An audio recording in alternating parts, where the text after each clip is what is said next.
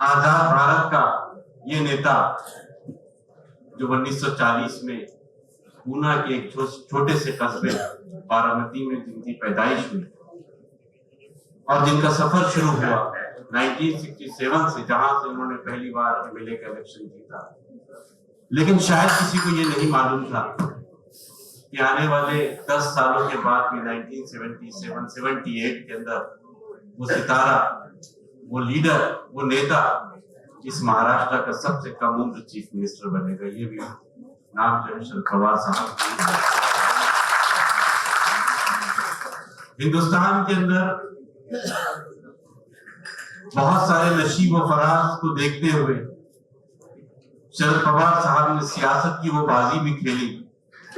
और शरद पवार साहब को चूंकि किसान के बेटे हैं और सभी लोग जानते हैं कि शरद पवार एक अच्छे किसान भी है और एक बहुत अच्छे सियासी किसान भी है, जो मौसम के हाल को देखकर सियासत की बीज को बोते हैं। दोस्तों, शरद पवार साहब ने बहुत नशीब व फराज देखे और सबसे बड़ी बात यह है कि देश का ये ऐसा इकलौता नेता है कि अगर शरद पवार साहब का स्वर्गीय इंदिरा गांधी से मतभेद था तो स्वर्गीय इंदिरा गांधी के बेटे राजीव गांधी जी से उनकी नजदीकी थी।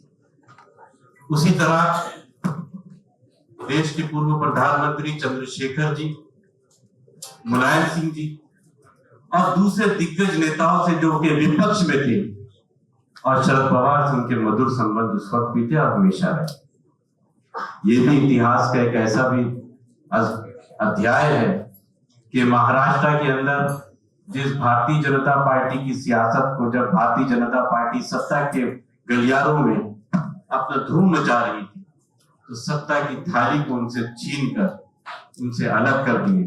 लेकिन दिल्ली में बैठे भारतीय जनता पार्टी के प्रधानमंत्री उनकी तारीफ किए बगैर नहीं। तो ये शरद पवार साहब का पूरे हिंदुस्तान की राजनीति में एक बहुत अलग, जो कभी किंग तो कभी किंग मेकर रहे, मुख्तलिफ मरहलों से गुजरते हुए शरद पवार साहब ने देश की राजनीति में एक अच्छे धागों की तरह मुख्तलिफ सियासी लीडरों को पिरोने का भी काम किया। दोस्तों, आज देश के अंदर बहुत सेकुलर छवि के नेताओं में शरद पवार का नाम बहुत इज्जत से लिया जाता है। और ये भी हकीकत है कि देश के अंदर चाहे सीएम रहे किसी का भी, चाहे पीएम रहे कोई भी, तो बहरहाल शिकायत भी उनसे की जाती है जिनसे अपनापन होता है। शिकायत भी उनसे की जानी चाहिए जहां पर किसी भी बीमारी का इलाज का कोई ना कोई जरिया होना चाहिए। तो आज विदर्भ मुस्लिम इंटरनेशनल फोरम के प्लेटफॉर्म से हमने वो बात आपके जहन में डालने की कोशिश की जो समाज का एक आम तबका, आम मुसलमान जो अपने दिल और दिमाग में रखता है, जो सवालात उसके हैं वो आप सवालात आपके सामने रखने की फोरम के जो लोग हैं वो कोशिश करें। मैं आज के इस प्रोग्राम को, इसका इनेकाद करने में अहम रोल अदा करने वाले हमारे फोरम के मेंबर राजा बेग साहब, जिन्होंने सतीश पेंदान साहब के साथ मिलकर इस प्रोग्राम के इनेकाद में बहुत अहम रोल अदा किया, मैं उन्हें मदऊ करता हूँ कि वो आकर मुख्तलिफ वक्त में अपने ख्यालात का इजहार करें। मैं अभी 8 दिन पहले हमारे ये सतीश पेंदान साहब का एक आदिवासी लोगों का प्रोग्राम था जुन्नर में, पुणे में। तो वो प्रोग्राम में मैं एक्चुअल इनके मुस्लिम फोरम में तो हूँ, साथ में आदिवासी बिरसा मुंडा ब्रिगेड में भी जुड़ा हुआ हूँ। तो उस कारण मैं अक्सर कभी कभी ये सतीश पेंदान साहब के साथ में कोई कार्यक्रम वो पुणे गया था। तो वहां जाने के बाद में जब देखा साहब से मुलाकात हुई तो साहब को बताया कि साहब हम भी नागपुर में मुस्लिम समाज के साथ में ताल्लुक रखते हैं और हमारे फोरम है जिसमें इंटेलेक्चुअल लोग जुड़े हुए हैं जो समाज के प्रति अपने दर्द रखते हैं, समाज के अच्छे बुरे की समझ रखते हैं। तो ऐसे लोगों के लिए भी आप हमें समय दीजिए। तो ये प्रोग्राम 2 अक्टूबर को जुन्नर पुणे में था। तो वहां जब मैंने साहब से बात किया तो हमारे महान नेता साहब ने कहा कि मैं जब भी नागपुर आऊंगा तो आपको जरूर टाइम दूंगा। तो उसकी कोई मतलब समय सीमा तय नहीं थी, अभी कल ही साहब का अचानक प्रोग्राम आया, हमारे सतीश राव कल बम्बई गए थे, तो उनका अचानक साहब का प्रोग्राम हुआ कि आज यहाँ पे नागपुर में सुरेश भट्ट सभागृह में प्रोग्राम है, तो वो प्रोग्राम के लिए साहब नागपुर आ रहे हैं और उस बीच साहब के पास में सिर्फ 1 घंटे का टाइम है। तो उसी समय का सदुपयोग करते हुए हमने ये प्रोग्राम अरेंज किया है और इस प्रोग्राम में समाज के सभी बुद्धिजीवी लोग, यहाँ के जो भी लोग हैं, सारे समाज के बुद्धिजीवी, समाज के लिए अच्छा बुरा सोचने वाले लोग हैं, जो समाज का छोटी से लेकर बड़ी समस्याओं तक के समझ बूझ रखते हैं और उसका समाधान निकालने की भी सलाहियत रखते हैं। तो ऐसे लोगों का हमने ये प्रोग्राम अरेंज किया है। आप सब आए हुए लोगों का बहुत बहुत बहुत बहुत शुक्रिया। और मैं अभी परवेज सिद्दीकी के साहब से दरख्वास्त करूंगा, इतना कह कर मैं अपने 2 शब्द समाप्त करूं।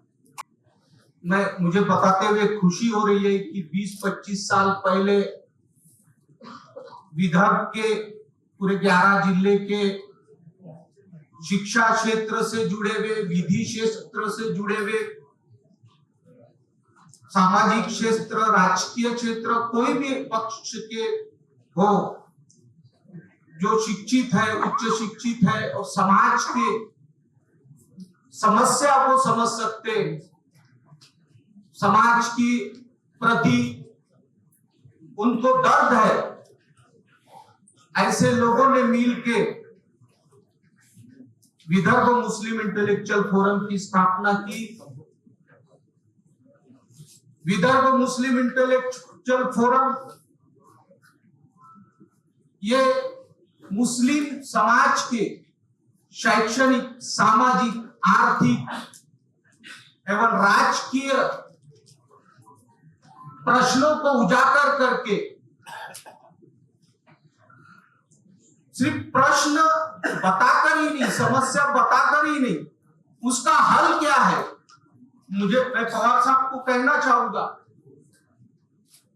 कि सिर्फ समाज प्रश्नों को ही बताएगा, सिर्फ आपके सामने समस्या ही रखेगा। मुझे खुशी हुई कि पवार साहब हमारे संचालन कर रहे थे जब परवेज भाई की, मेरे को सुनना है कि समाज में क्या प्रश्न है, और मैं जब सुनूंगा, सच्चाई है कि साहब अगर सुनेंगे तो उसको हल करने का तरीका वो भी बताएंगे। और साहब यहाँ सब उच्च शिक्षित लोग हैं, पूरे विदर्भ से लोग आए हुए हैं, इनको प्रश्नों के साथ उसको हल करना कैसा है, उस समस्या को हम हल कैसे करेंगे, इसके उपाय भी हमारे पास रहते हैं और हम उस पर चर्चा करते हैं। विदर्भ, आपको मालूम है कि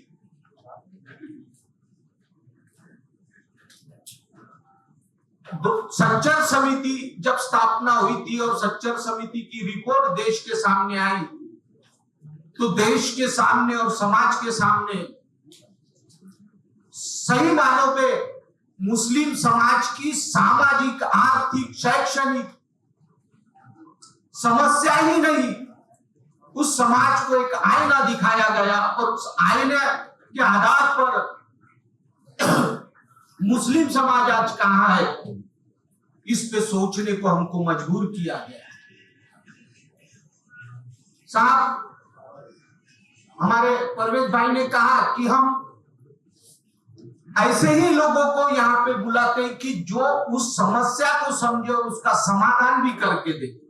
और निरंतर 25 सालों से ये फोरम समाज के उन प्रश्नों को लेकर आगे आती रही है, समाज में जागृति करती रही है। पूरे विदर्भ में अलग अलग चर्चाएं, सत्र आयोजित करके, अलग अलग मेळावे, अलग अलग पढ़े लिखे लोगों को समाज के इस प्रश्नों को समझने के लिए, समाज के इस प्रश्नों को छुड़ाने के लिए आगे आने का आह्वान विदर्भ मुस्लिम इंटेलेक्चुअल फोरम करती रही है और निरंतर ऐसे ही करते रहेगी।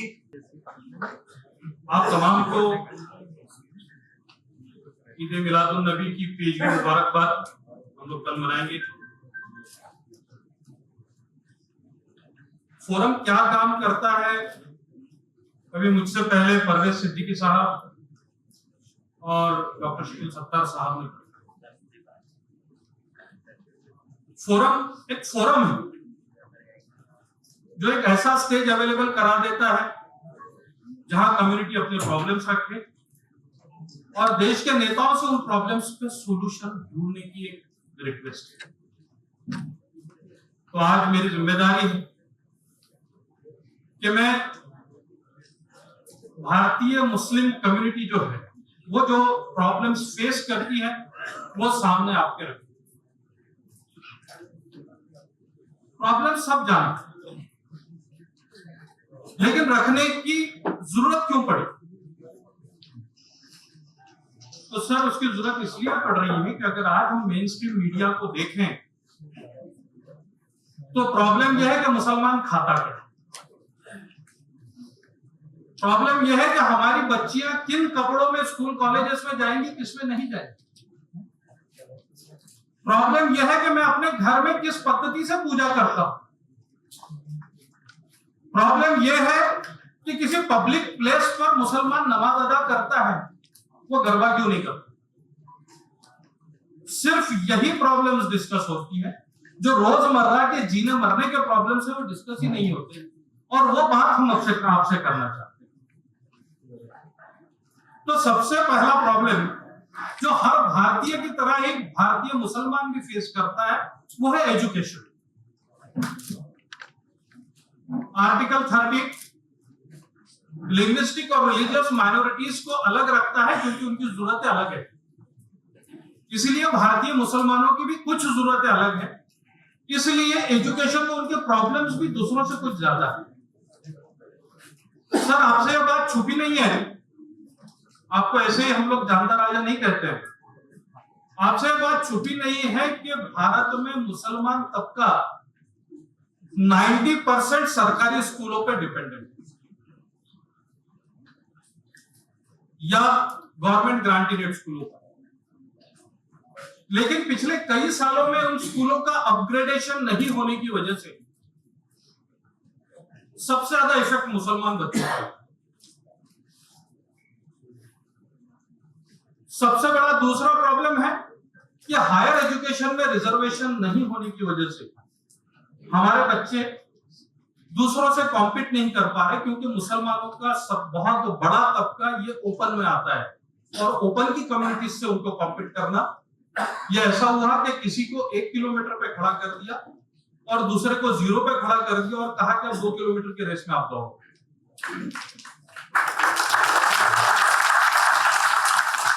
अब रिजर्वेशन की हमारी डिमांड बहुत पुरानी थी। 2014 में महाराष्ट्र में राष्ट्रवादी और कांग्रेस की सरकार थी, पूरी मेजॉरिटी थी, सेंटर में भी कांग्रेस की सरकार थी। उस वक्त कानून बनाया जा सकता, ये बात आज तक समझ में नहीं आई कि उस वक्त सिर्फ ऑर्डिनेंस क्यों इशू किया गया, क्योंकि ऑर्डिनेंस की जिंदगी सिर्फ 6 महीने की होती है। 2 ऑर्डिनेंसेस इशू हुए, एक हुआ मुसलमानों के रिजर्वेशन के लिए, एक हुआ मराठों के रिजर्वेशन के लिए। वो कोर्ट में चैलेंज हुए, कोर्ट ने मुसलमानों का एजुकेशन में रिजर्वेशन को जायज ठहराया, कानूनी ठहराया, मराठा रिजर्वेशन को इलीगल ठहराया। उसके बाद आपकी सरकार चली गई, वो कानून नहीं बन पाया।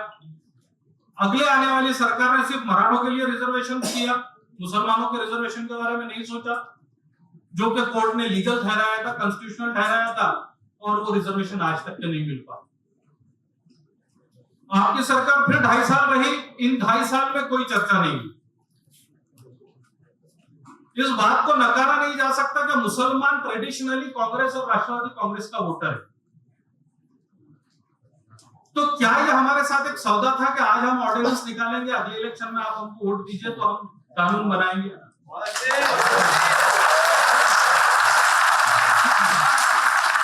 सर आज हम एक दोराहे पर खड़े,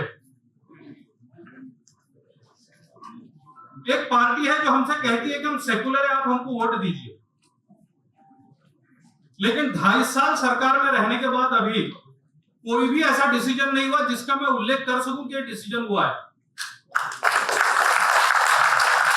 दूसरी पार्टी ये कहती है कि मुसलमानों का हम कोई लाड़ नहीं करेंगे, लेकिन 2 डिसीजन ये पिछले हफ्ता भर में उन्होंने किया है। एक डिसीजन ये किया है कि मुस्लिम बहुल 80 सिटीज या इलाकों का टाटा इंस्टीट्यूट से सर्वे करवाना, और दूसरा मुस्लिम बच्चों का जो स्कॉलरशिप है उसकी लेवल 50,000 कर देना। सेकुलर पार्टीज इस तरह क्यों नहीं सोचती? क्या हम सिर्फ वोट है? तो हम एक दोराहे पे खड़े हैं कि हमें सिर्फ सेकुलरिज्म चुनना है या हमें अपने डेवलपमेंट के साथ जाना है? और उसका जवाब कम्युनिटी हमसे, इंटेलेक्चुअल से मांगती है। तो वही सवाल लेकर हम आपके सामने खड़े हैं। यही रिजर्वेशन हमको इफेक्ट करता है एम्प्लॉयमेंट पर। एम्प्लॉयमेंट, जब सच्चर कमेटी की बात हुई थी, जब तक सच्चर कमेटी रिपोर्ट नहीं आया था हम समझते थे ऑल इज वेल, लेकिन सच्चर कमेटी ने सचमुच हमको तो आईना बताया ही बताया। लेकिन 2001 से पहले देश में जितनी सरकारें हुई थी उन्होंने मुसलमानों के साथ क्या किया ये भी बता दिया। उससे यह पता चला कि उन सालों में भी हमसे सिर्फ वोट लिए गए, उसके बदले में हमको कुछ नहीं दिया गया, बल्कि हम कंटिन्यूअसली डिग्रेड होते चले। तो अगर हमारा एम्प्लॉयमेंट पे परसेंटेज बढ़ाना है तो सर दो चीजें हो सकती। नंबर एक, तो जितने भी इंटरव्यू बोर्ड है, एमपीएससी से लेकर के स्टाफ सिलेक्शन बोर्ड, इन हर बोर्ड में एक मुसलमान रिप्रेजेंटेटिव होना बहुत जरूरी है। वरना अक्सर एक वकील होने के नाते मैं तो डॉक्यूमेंट्स देखता ही हूं कि रिटर्न टेस्ट में बहुत अच्छे मार्क्स है, इंटरव्यू में वो बिल्कुल ही कम मार्क्स ले। दूसरा, हमारी अपनी जबान होने की वजह से हमने उर्दू से स्कूलें खोली, सरकारों ने भी उर्दू स्कूलें खोलने दी, लेकिन महाराष्ट्र में कोई भी रिक्रूटमेंट का एग्जामिनेशन उर्दू में नहीं होता। चपरासी से लेकर डिप्टी कलेक्टर तक एमपीएससी में एक सब्जेक्ट है उर्दू, लेकिन नहीं होता। तो क्या सर ये पॉलिसी जो थी उर्दू को फरोग देने की, ये हमारे बच्चों को दीवार पर धकेलने की थी? मैं आपसे रिक्वेस्ट करूंगा कि जितने रिक्रूटमेंट एग्जाम्स है वो जब तक के उर्दू मीडियम में ना हो तब तक हमारे बच्चे नहीं जा पाएंगे। ये बड़ी रिस्की है हमारे सिस्टम की कि बच्चों को उर्दू में पढ़ाए और बाद में एग्जाम्स के लिए उनको मराठी में। सर जब पहली सरकार थी 2010 से 15 वाली या 2009 से 14 वाली, उस वक्त आपने बड़ा दिल बड़ा किया था और हमारी बच्चों के लिए हॉस्टल्स बनाने के लिए कुछ पैसा दिया। वो हॉस्टल्स कुछ बने कुछ नहीं बने, हमें उम्मीद थी कि यह सरकार आने के बाद वो हॉस्टल्स ऑपरेशनल हो जाएंगे ताकि हमारी बच्चियां इंडिपेंडेंटली शहरों में रहकर पढ़ पाएंगी। लेकिन सर वो हॉस्टल्स कहां गए पता नहीं। मैं आपसे विनती करूंगा कि वो हॉस्टल्स के बारे में भी आप सच्चर कमेटी की रिपोर्ट ने बता दिया कि भारत का मुसलमान, उसकी हालत शेड्यूल कास्ट से बेहतर नहीं है, बल्कि कुछ जगह उससे भी बुरी तरह है। लेकिन शेड्यूल कास्ट के स्टूडेंट्स जब एडमिशन लेते हैं तो उनके साथ 100% फीस रिइंबर्समेंट होता है। अभी तक का हमारे लिए 25,000 ही था, अब पहली बार इस हफ्ते में 50,000 आया। फीस रोज बरोज बढ़ रही है और 50,000 का सीलिंग, हमारे बच्चे कैसे पढ़ पाएंगे? तो मेरी ये रिक्वेस्ट है कि जिस तरह शेड्यूल कास्ट को 100% फीस रिइंबर्समेंट मिलता है, उसी तरह हमारे बच्चों को भी फीस रिइंबर्समेंट मिलना चाहिए। ऐसे और भी कई सारे इशू हैं जो एजुकेशन और एम्प्लॉयमेंट दोनों से जुड़े हैं, लेकिन ये एक साथ सारे इश्यूज रखना किसी भी इश्यूज का सॉल्यूशन नहीं है। तो सिर्फ अगर हमारे ये भी इश्यूज सॉल्व होते हैं या उसके लिए कोशिश होती है, तो मैं आपसे वादा करता हूं कि समाज बहुत समझदार है, ये अपना झुकाव हमेशा आपके साथ बताएगा। सोशल प्रॉब्लम्स है सर, सोशल प्रॉब्लम्स में हमारा सबसे बड़ा प्रॉब्लम है सिलेक्टिव प्रोसिक्यूशन और सिलेक्टिव परसिक्यूशन। एक झगड़ा होता है, प्राइवेट झगड़ा होता है, लेकिन अगर वो दो धर्म के लोग झगड़ रहे हैं तो एक धर्म वाले के ऊपर कॉग्निजेबल या ज्यादा से ज्यादा नॉन कॉग्निजेबल इश्यूज होते हैं, लेकिन अगर दूसरी तरफ मुसलमान है तो सीधा सीधा एनआईए इन्वेस्टिगेशन के लिए आ जाए। दहशतगर्दी के केस में sir, I am very sorry, लेकिन पिछले वक्त जब सरकार थी 2009 से 2014, जितने मुस्लिम नौजवान हमारे अरेस्ट हुए उतने इससे पहले कभी किसी सरकार में नहीं हुए। और उनमें से किसी को सजा नहीं हुई। ये एक बहुत बड़ा इशू है जिसका जवाब सेकुलर पार्टीज को सोचना होगा कि सिर्फ लिप सिंपैथी से अब नहीं होगा, आपको एक्टिविटी में बताना होगा कि हाँ हम आपके साथ। जब हम पर हमले होते हैं, जब हम पर वर्बल हमले होते हैं, जब हमको एक विलन के तौर पे प्रोजेक्ट किया जाता है, तो जिनको हमने वोट दिया है हम उनसे उम्मीद करते हैं कि वो आगे आए और कहे कि नहीं हम इनको जानते हैं वैसे नहीं है। लेकिन उस टाइम सर हम सबको नदारत करते। तो ये होना चाहिए। कम्युनिटी एक जनरेशन चली गई लेकिन एक शिकायत खत्म नहीं हुई। जो परवेज सिद्दीकी साहब ने अभी कहा कि बंबई के बम धमाके वालों को तो हमने सजा दे दी, लेकिन जस्टिस श्री कृष्णा ने जिन लोगों के खिलाफ इल्जाम लगाए थे उनके खिलाफ आज तक चार्जशीट भी नहीं है। उसके बाद 3 सरकारें।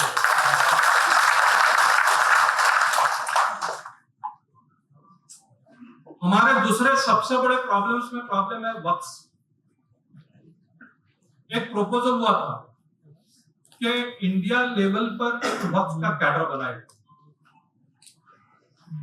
वक्फ एक्ट आ गया लेकिन वक्फ के लिए ऑफिसर्स नहीं मिल रहे, इसलिए वक्फ की जमीनों पे जो अतिक्रमण हो रहे हैं वो अतिक्रमण हम क्लियर नहीं कर पा रहे। वक्फ के जो बहुत सारे दूसरे मसले हैं चेंज रिपोर्ट से वो तक के डिसाइड नहीं हो पाते। सर आप अपने गुड ऑफिसर्स यूज करें और ये कैडर बनवाने के लिए। एक प्रपोजल हुआ था सर जिसको हाउस में आप ही के एमएलसी, आप ही के पार्टी के ख्वाजा बेग साहब ने रखा था कि सभी अलग अलग तबकों के लिए स्पेशल डायरेक्टोरेट्स हैं। तो माइनॉरिटी के डिफरेंट डिपार्टमेंट्स को एक ही डायरेक्टोरेट के अंदर लाया जाए जिससे कि सब काम सुचारू ढंग से चले। जरूरत सिर्फ 236 एम्प्लॉइज की थी।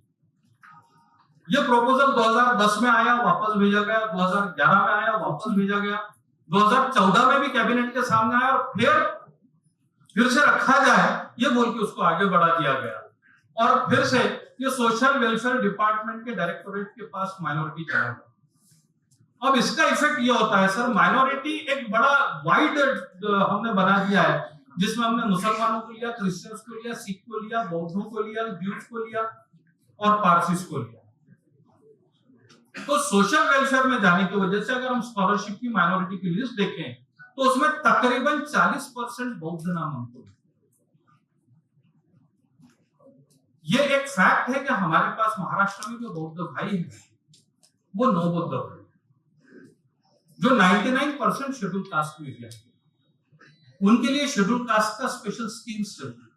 लेकिन ये जो 40% स्कॉलरशिप का नुकसान होता है सर वो माइनॉरिटी का यानी मुसलमानों का ही होता है, क्योंकि बाकी किसी जैनों को जरूरत नहीं है, पारसी को जरूरत नहीं है, तो ये प्योरली मुसलमानों का। तो इसलिए अलग से डायरेक्टरेट होने की हमारे लिए बहुत बहुत ज्यादा जरूरत है सर। आपको इसके लिए कोशिश करनी चाहिए, इसी में आपसे विनती। आखिरी बात, जो एक दूसरा हम प्रॉब्लम फेस करते हैं, आज पहली बार ऐसा हुआ है आजादी के बाद कि ये प्रॉब्लम हम देख रहे हैं। आज देश के कैबिनेट में एक भी मुसलमान नहीं, तकरीबन 17% हमारा पॉपुलेशन। तो ये आज एक दिन में नहीं हुआ है। 23 नवंबर 1949 इस दिन संविधान सभा में हमारे एक रिप्रेजेंटेटिव एडवोकेट एस.के. काजी ने कहा था कि जिस तरह का संविधान हमने अपनाया, मुझे नहीं लगता इसके बाद मुसलमानों को बहुत ज्यादा रिप्रेजेंटेशन मिल पाएगा जब तक सेकुलर पार्टियां इसके लिए कोशिश न करें। सर अगर विदर्भ की बात करें तो विदर्भ से अभी तक के राष्ट्रवादी कांग्रेस से एक ही नॉमिनेशन हुआ है, ख्वाजा बेग, जो मुसलमान। डॉक्टर हिरानी भी थे, लेकिन डॉक्टर हिरानी इतने माइक्रो माइनॉरिटी से आते हैं, वो खुजा है कि मेन स्ट्रीम के मुसलमान थोड़ा सा वो मानते हैं कि वो हमारे साथ नहीं है। विदर्भ 11 जिलों से आता है सर, जहां बुल्ढाना, अकोला, अमरावती ये मुस्लिम बहुल यानी जहां पे 20% से ज्यादा मुसलमान है, ऐसे डिस्ट्रिक्ट। हम उम्मीद करते हैं कि ग्राम पंचायत, नगर पालिका, महानगर पालिका से लेकर के तो आमदार और खासदार तक की लेवल पे आप हमें ज्यादा से ज्यादा टिकट दें हमारे पॉपुलेशन के हिसाब से, और अगर हम चुन के नहीं आ सकते हैं तो हमको नॉमिनेट, हमारे अपने नुमाइंदों का वहां होना बहुत जरूरी। सबसे पहले तो टिकट दी जाए, टिकट देने के बाद चुन के लाने की भी कोशिश की जाए, वरना एक्सपीरियंस ऐसा होता है सर कि हमारे वोट्स तो कन्वर्ट हो जाते हैं वहां, लेकिन हमारे कैंडिडेट को उधर के वोट कन्वर्ट ही नहीं होते। तो कैडर को, अपनी अपनी सेकुलर पार्टीज को, अपने कैडर्स को ये समझाना होगा कि अगर टिकट दे रहे हैं तो हम चुना के लाने के लिए टिकट दे रहे हैं, वरना सर वो डिफिसिट कंप्लीट करने के लिए आपको हमारे लोगों को नॉमिनेट करना चाहिए, तो हम कम्युनिटी को ये कह सकेंगे कि हाँ हम सेकुलरिज्म में जी रहे हैं, जो पार्टीज अपने आप को सेकुलर मानती है वो सचमुच ही सेकुलर है, वरना एक इंप्रेशन उनके साथ ये जा रहा है कि वी आर बीइंग फूल्ड, हमें ग्रांटेड लिया जाता है, हम कभी भी प्रेशर ग्रुप के तौर पे काम नहीं करते, हम कभी अपनी बात प्रेशर के साथ नहीं रखते या वोट का सौदा नहीं। तो इन सारे सवालों के साथ, इन सारे प्रॉब्लम्स के साथ, जैसा मैंने कहा शरद पवार साहब को जानता राजा कहा जाता है, क्योंकि वो हर शख्स का दर्द जानते हैं, हर तबके का दर्द जानते हैं, हर तबके के प्रॉब्लम्स का सॉल्यूशन जानते हैं। तो मैं इस रिक्वेस्ट के साथ माफी चाहते हुए कि शायद मुझसे कुछ गुस्ताखियां हुई हो, कि आप हमारे मसलों का हल ढूंढें, हमारी अगली जनरेशंस को वो मेन स्ट्रीम से बाहर ना फेंकी जाए, इसके लिए प्रोटेक्ट करें। आप तमाम लोग विदर्भ के अलग अलग हिस्से से कुछ घंटों के शॉर्ट नोटिस पे यहाँ जमा हुए हैं, आप सभी का बहुत बहुत शुक्रिया। आज यहाँ आने से पहले जब तक मैं इस हॉल में आया नहीं था, तब तक मुझे बताया गया था कि नागपुर शहर में आप आए, मेरा एक प्रोग्राम 3 बजे से है और 2 से 3 या 3 से 4 इसमें एक इंसाफ निकाली है, और यहाँ के कुछ इंटेलेक्चुअल नुमाइंदों से इसके प्रतिनिधि है,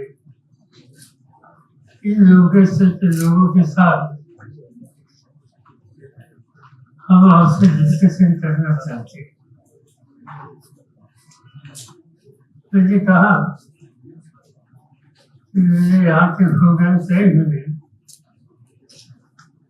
जिसका करना मुश्किल होगा, तो समाज के छोटे तबके के लोगों का फैसला है, पूरे स्टेट से लोग आए हैं, और इसे मुश्किल लगता है। फिर भी हमारे साथियों ने कहा कि उसकी इंटेलेक्चुअल फोरम एक नागपुर शहर इंटेलेक्चुअल सेक्शन का ग्रुप है, कुछ ज्यादा लोग नहीं,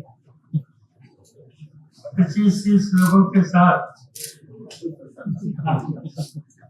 जो कोई समस्या है इसके बारे में फ्रैंक डिस्कशन हम करना चाहते हैं, तो आपको ऑनलाइन होगा। और यहाँ आने के बाद मैं देख रहा हूँ, सुन रहा हूँ कि मैं कोई पब्लिक मीटिंग के लिए आया हूँ, इलेक्शन के लिए वोट मांगने के लिए आया हूँ। मैं करना चाहता हूँ, मैं इलेक्शन के लिए आया नहीं। सच बताओ तो जो इश्यूज यहाँ रेज किए गए, ये इश्यूज इम्पोर्टेंट इश्यूज है, ये इम्पोर्टेंट इश्यूज पर डिस्कशन कोई आधा घंटा में 15 मिनट में होगा तो शायद आप कर सकते हो।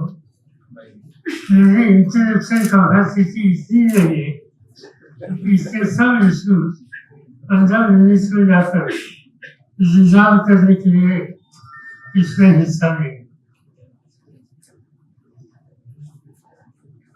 आज मैं साफ बताता हूँ कि आज के मीटिंग में मैं आपसे डिटेल मांगना नहीं चाहता, मगर इशू जो आपने रेज किए हैं वो मैं नजरअंदाज नहीं कर सकता। इस इशू पर डिस्कशन करने के लिए फिर मेरी आने की तैयारी है और ये तैयारी 2 या 3 हफ्ते के अंदर फिर मैं यहाँ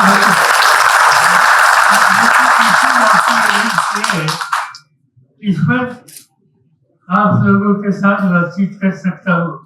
क्या कर सकते ये बता सकता हूँ, क्या नहीं कर सकते ये भी बता सकते हो, और करना हो तो रास्ता कौन सा है, और जो रास्ता है तो इस रास्ते से आपके साथ कंधे को कंधे मिलाकर हम कैसे आ सकते हैं ये बताने के लिए मुझे चाहिए। तो इसलिए मैं आप लोगों से माफी मांगना चाहता हूँ क्योंकि आगे की मीटिंग डिस्टर्ब मुझे नहीं करना। और यहाँ वापस आने के बाद मैंने आपके सामने की है राष्ट्रवादी कांग्रेस पार्टी एक छोटी पार्टी, महाराष्ट्र की विधानसभा में कोई 40-50 लोग है हमारे देश के फादर से, हमारे 8 लोग हैं। मगर एक बात बताना चाहता हूँ कि आज एक बात कही जाती है वो सच है कि माइनर चीज को चाहे इतना रिप्रेजेंटेशन आजकल मिल रहेगा, इस पर हमारा ध्यान होता है। जब पार्लियामेंट से हमारे 8 ही लोग हैं, इनमें से 2 मुस्लिम हैं। परसेंटेज वाइज हम देखेंगे तो 2 सीट हमने मुस्लिम कम्युनिटी को दिए है, उनको चुनकर लाया है, और 2 में से एक महिला। और देश के पार्लियामेंट में देश के उपराष्ट्रपति उन्होंने सदन में ये कहा है कि अलग अलग पॉलिटिकल पार्टी के रिप्रेजेंटेटिव यहाँ है और खासतौर पर महिला है, मगर इस पार्लियामेंट में अच्छी तरह से कॉन्ट्रीब्यूशन करने वाली महिला खाली राष्ट्रवादी कांग्रेस पार्टी की है। ये बात देश के वाइस प्रेसिडेंट ने पार्लियामेंट में कहा, जिनका नाम फौजिया खान है।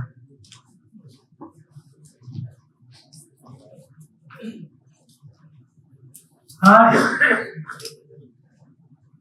रिजर्व की बात की गई, ये बात सच है कि आज जो एक पिक्चर दिखाई दे रहा है वो कोई अच्छा पिक्चर नहीं है।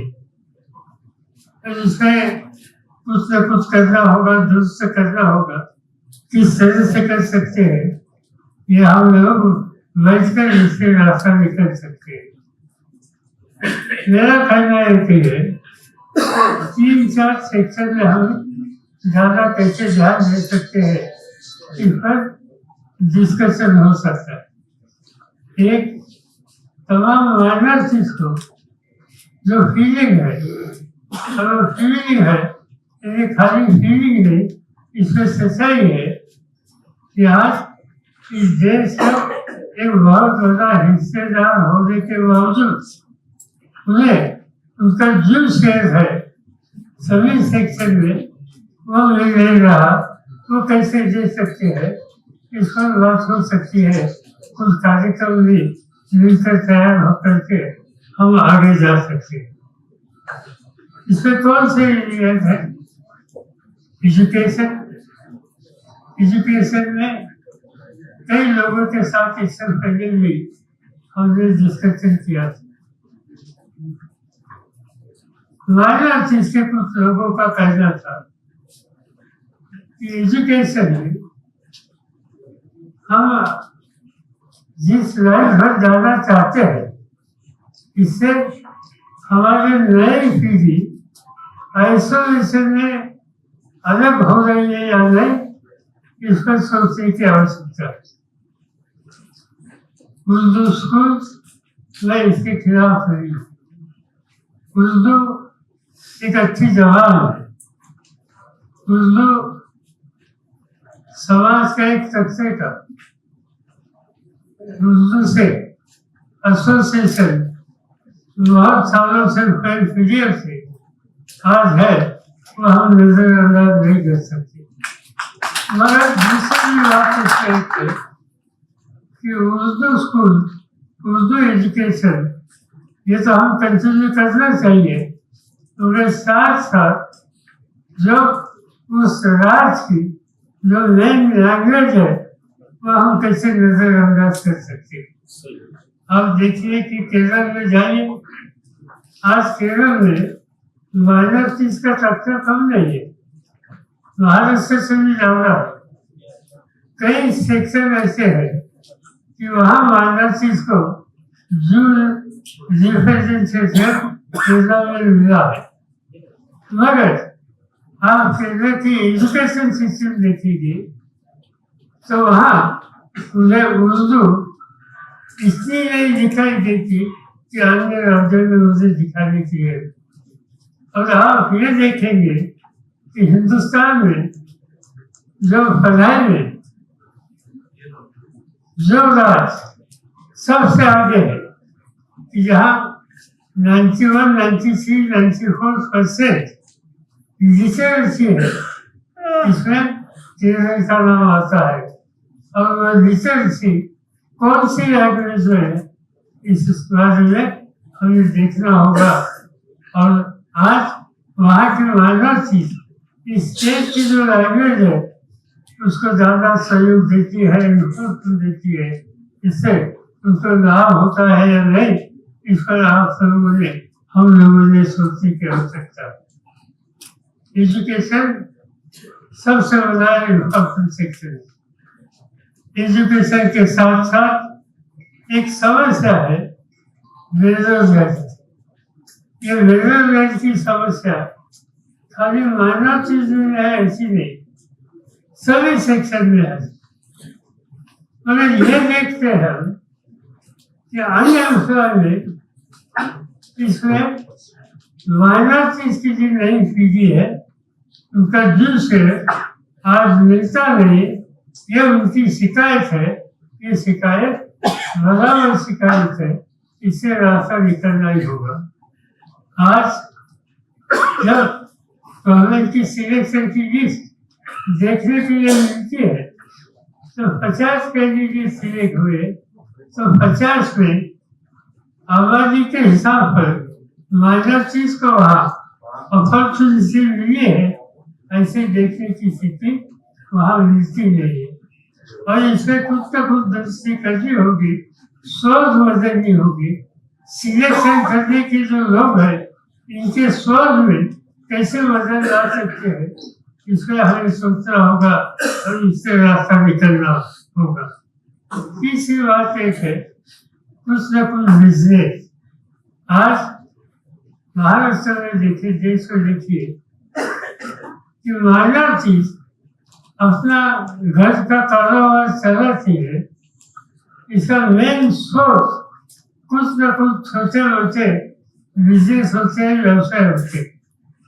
और इसलिए ये क्षेत्र में फिनेंशियल इंस्टीट्यूशन ये और ये छोटे बिजनेस इनके रिश्ते कैसे जल्दी करा सकते हैं, वो कैसे ज़्यादा प्रॉफिट उनसे मिलेंगे, जिससे बिजनेस करने में नौजवानों को कुछ न कुछ उम्मीद आएगी। इस पर ध्यान देने की आवश्यकता है और इस हिसाब से हम कैसे आगे बढ़ सकते हैं वो भी हम लोगों को सोचना होगा। आज इस देश में सब बताओ तो आज की बात जब हम करते हैं तो आज चाहे हो, चाहे रायचूर हो, चाहे कुवैत हो, हमें सबसे ज्यादा इस देश में इन सेक्शन में कॉन्ट्रीब्यूशन करने की ताकत आज माइनॉरिटीज में है, उर्दू लैंग्वेज में है, यह हमें देखना पड़ता है। महाराष्ट्र और मुंबई शहर दुनिया को लोग जानते हैं इसका हॉलीवुड। तो ये हॉलीवुड आपके सामने आने के बाद हॉलीवुड में किसका सबसे ज्यादा कॉन्ट्रीब्यूशन आज इस क्षेत्र में आज को किससे ज्यादा लाने के लिए कोशिश की। ये सब चीजें हम हमारे सामने देखते हैं। इसमें सबसे ज्यादा कॉन्ट्रीब्यूशन मुस्लिम माइनॉरिटीज के ये हम नजरअंदाज नहीं कर सकते। और इसलिए यहाँ कैपेसिटी है, यहाँ क्वालिटी है, यहाँ सिर्फ एक तरह का सपोर्ट चाहिए, इक्वल अपॉर्चुनिटी चाहिए। और ये मिलेगी तो मुझे पूरा विश्वास है हर क्षेत्र में माइनॉरिटीज और माइनॉरिटीज की नई पीढ़ी इस देश के भलाई के लिए, समाज के भलाई के लिए अच्छी तरह से कॉन्ट्रीब्यूशन कर सकेंगे। और इसी लाइन पर हमें जाना होगा, इसी लाइन पर हमें डिस्कस करना होगा, रास्ता भी करना होगा। आज कई इशू याद रखे गए, मैं इनके जवाब आज के आज यहाँ दे नहीं सकता हूँ। और ये इशूज इम्पोर्टेंट इशूज है। इस इशूज के बारे में 1 to 1 हम लोगों को डिस्कशन करना पड़ेगा। जैसे मुझे यहाँ आने से पहले बताया, यहाँ जो हम बैठेंगे, यहाँ कुछ 25-30 समाज के लोग इंटेलेक्चुअल वह हमारे सामने बैठकर हमसे बातें करेंगे और इससे रास्ता क्या निकल सकता है इस बारे में सुझाव दे देंगे। इस हेतु से आज मैं यहाँ आया था, मगर आप लोगों ने यहाँ एक बड़ी मीटिंग की। मीटिंग में डिस्कशन होता नहीं, मीटिंग में जो चाहे इतना रिजल्ट भी आता नहीं। इसीलिए मैंने जैसे शुरू में कहा कि आगे 2-3 हफ्ते में हो सकता है कि आज जाने से पहले हमारे पार्टी के यहाँ के अध्यक्ष मेरे साथ है, उनको मैं डेट बताऊंगा और उस डेट में आप लोगों के साथ मैं बैठकर डिस्कस करने के लिए तैयार है। ये पब्लिक मीटिंग मत करो, डिस्कशन की मीटिंग करो, इससे कुछ रास्ता निकल सकता है। इतना कहकर मेरी आगे की मीटिंग मुझे बार मैसेज आ रहे हैं, इसलिए इसे मुझे जाना है। आप लोगों से इजाजत लेता हूँ और आने का वायदा करता हूँ।